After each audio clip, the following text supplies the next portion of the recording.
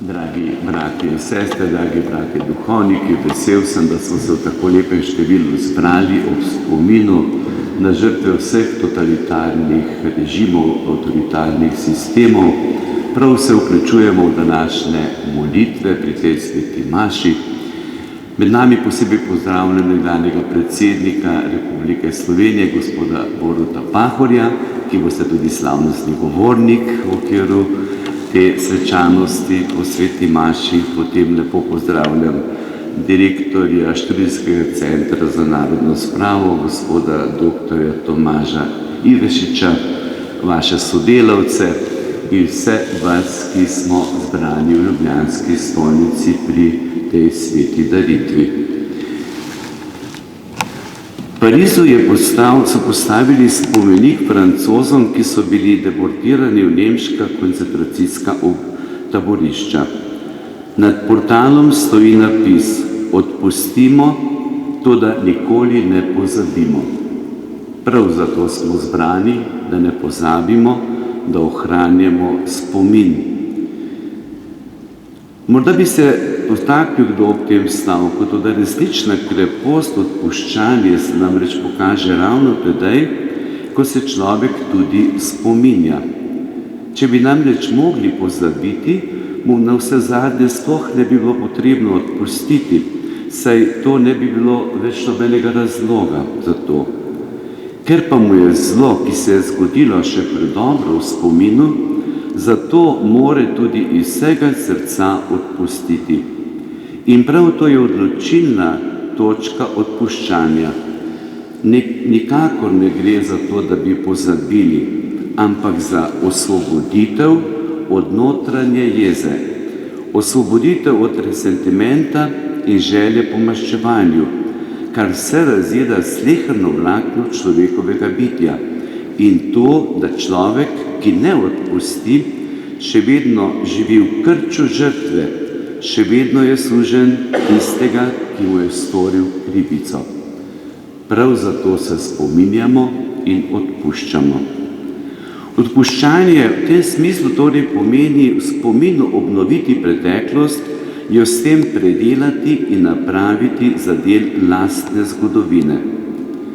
Pri spominjanju pretekle krivice človek radikalno spremeni svoj položaj, ko sprosti in osvobodi svoje negativna čustva in jih s tem tudi odpravi. Jeza na tistega, ki je storil krivico, ki je obremenjevala spomin, se razkroji in človek se lahko tako notranje osvobodi in začne bolj polno živeti. To je možno zato, ker človek začne v drugem gledati več kot pa samo nekoga, ki mu je prizadel nasilje in krivico. Ko odpuščam, razlikujem med človekom, ki je povzročil krivico, in med krivico samo. Drugega presojam po njegovi vrednosti, ki jo ima kot človeška oseba, ki prav tako kot jaz živi v nepopolnem svetu, zaznamovanem z različnimi konflikti.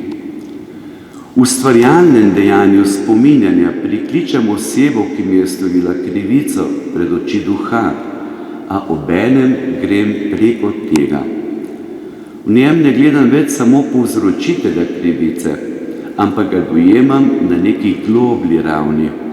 Na tisti ravni, na kateri je kljub človeški slabosti in omejenosti človek, neponovljiv in dragocen prav tako kot jaz. V takšni obliki spominjanja, ki je globoko prežeto z odpuščanjem, pa tudi samega sebe razumevam in doživljam na čisto nov način.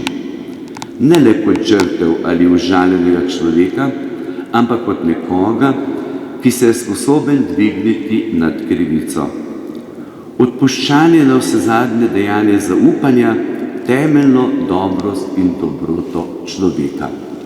Zato je tako ključnega pomena, da se spominjamo. Ampak težava je lahko v tem, ko morda nekdo ne želi, da se spominjamo, ko želi določena dejstva iz zgodovine izriniti, iz narodne zgodovine, iz osebnega spomina.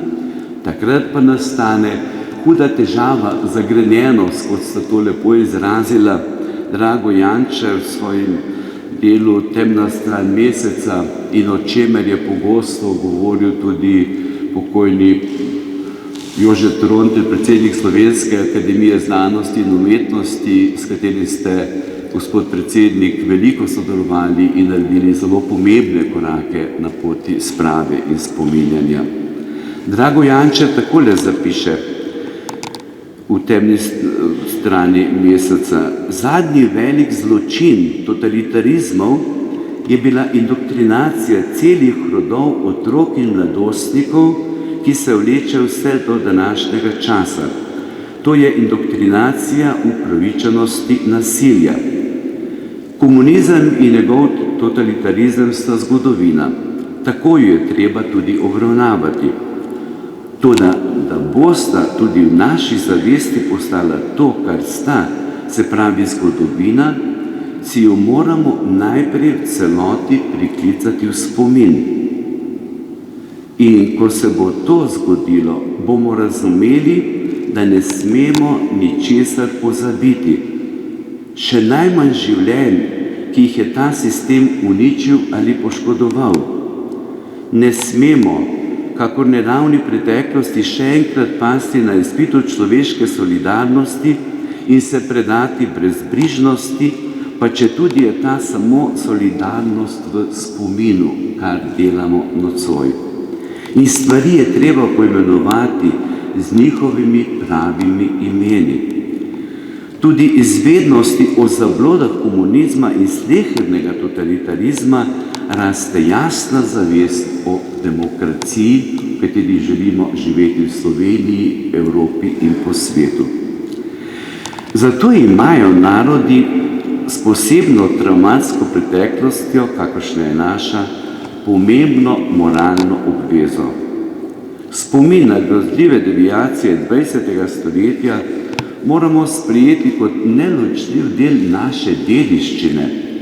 Sprejeti ga moramo kot ciljen etični opomin. Ne bo nam odpuščeno, če bomo ta del naše zgodovine kar tako nedovolj pregledan, neovrednoten, izrinili iz naše zavesti. Če ne bomo to storili s pietetnim pokopom žrtev in spravo med živimi. Z menjavo generacij se bodo vojne in povojne izkušnje iz zgodovinskega spomina Evropejcev porazgubile. S tem pa se bo zapravljeno tudi njihovo silovito, katarzično, etično sporočilo, je zapisal akademik Jože Trontelj. To bo še zadnje hudodelstvo nad pobitimi, krivica, ki jo bo zagrešil današnji rod Slovencev, če bo brezčutno preslišal tudi zadnji, kot je rekel pesnik, presunljiv krik mrtvih iz sveže odkritih desetletja zamolčanih grobišč. Ta brezčutnost, nečlovečni odziv v nasprotju s starodavnim temelji morale je posmeh pravičnosti. Ta brezčutnost je tudi neke vrste čustvena pohaba, nezaslužena kazen naložena našim otrokom in prihodnjim rodovom Slovencev. In potem Jože Trontelj takole zapiše: iztrebljanje sočutja je bilo v vojnem in povojnem času prvi korak zločinu. Ponovno odkrivanje, obnavljanje sočutja bo korak k sanje in odpuščanje, bo korak k resnični spravi. Zato je sočutje odrešilno. Empatija je pogoj za človečnost. Upanje, da bomo uspešno gojili strpnost, človekove pravice, človekovo dostojanstvo, solidarnost, je brez sočutja prazno. Brez empatije ne bomo imeli demokracije.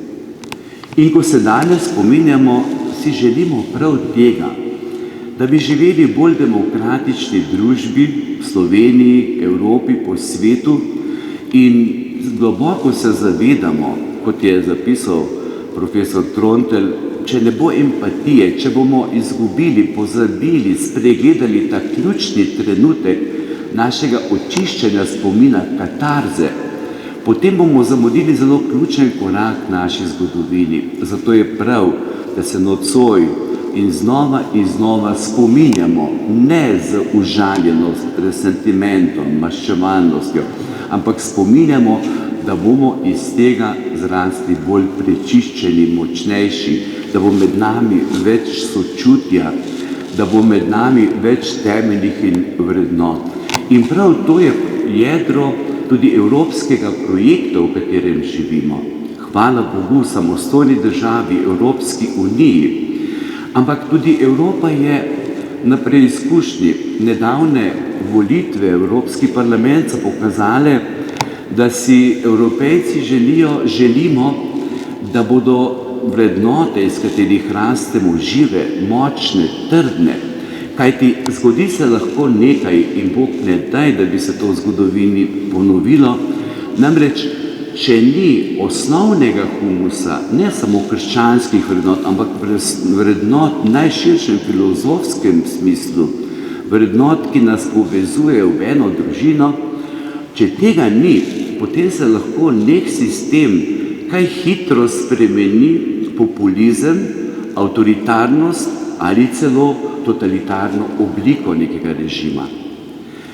Humus krščanskih vrednot, ki jih želimo poudariti, in vrednot, ki nas združuje ne glede na versko prepričanje, filozofijo, osebni pogled na določena vprašanja, če bomo gojili ta humus temeljnih vrednot, pomeni, da bomo ohranjali, gojili te vrednote demokracije, ki smo jih prijeli, ki ne bodo kar same od sebe rasle in ostale.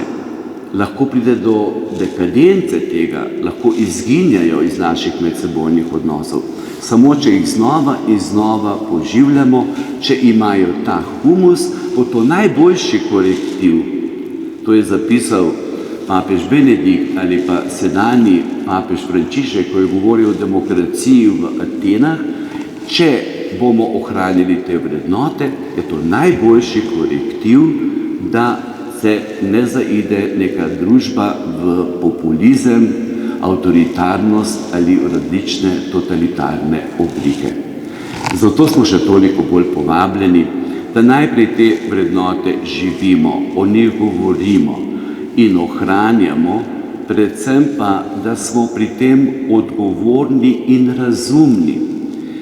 Težava človeka v Evropi, zahodnem svetu je, da se želi odpovedati, kot se zdi, Atenam in Jeruzalemu, zdravi pameti, razumskosti, kritični misli in Jeruzalemu, da ni vse odvisno od njega, da je nekaj presežnega, da je nekaj absolutnega, objektivnega.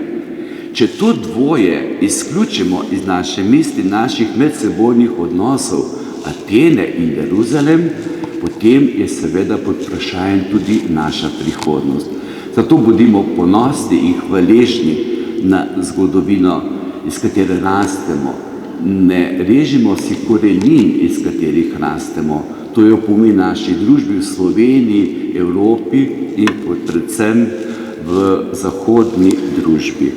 Naj zaključim z besedami nadškofa Alojzija Šuštarja, ki je sam doživel dva zelo različna sistema, ko je prišel iz Švice v takratno Jugoslavijo, postal nadškof in bil nad marsičem razočaran, hkrati pa poudaril, kako je pot v demokracijo, tudi ko je šlo za osamosvojitev, potrebno imeti veliko potrpežljivosti, dobre volje, odgovornosti, veliko dialoga, veliko se pogovarjati na osebni ravni, se mnoge stvari rešijo, marsikakšen konflikt izhaja iz predsodkov ali nepoznavanja stvari.